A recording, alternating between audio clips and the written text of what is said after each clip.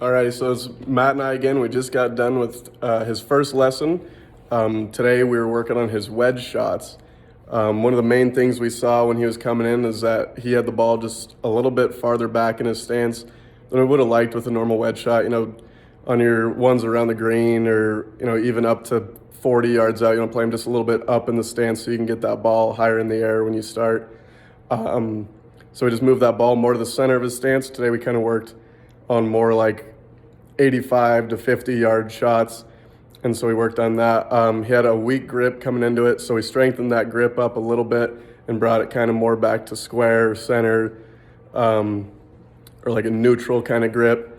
Another thing that we worked on today that was huge was like tempo.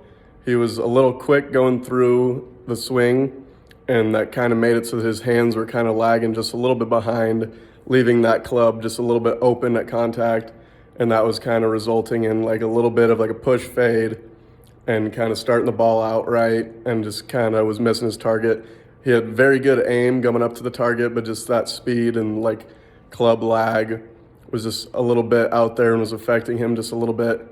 But yeah, we worked today on bringing that everything kind of back to square in his stance and putting that ball more in the middle of his stance and just got him going.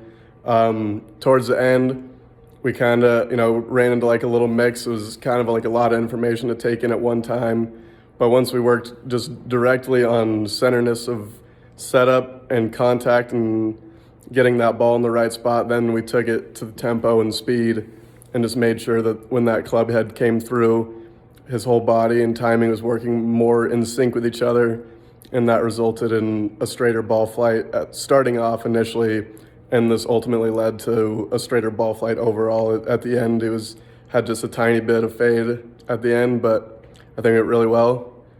Thank you very much, Matt.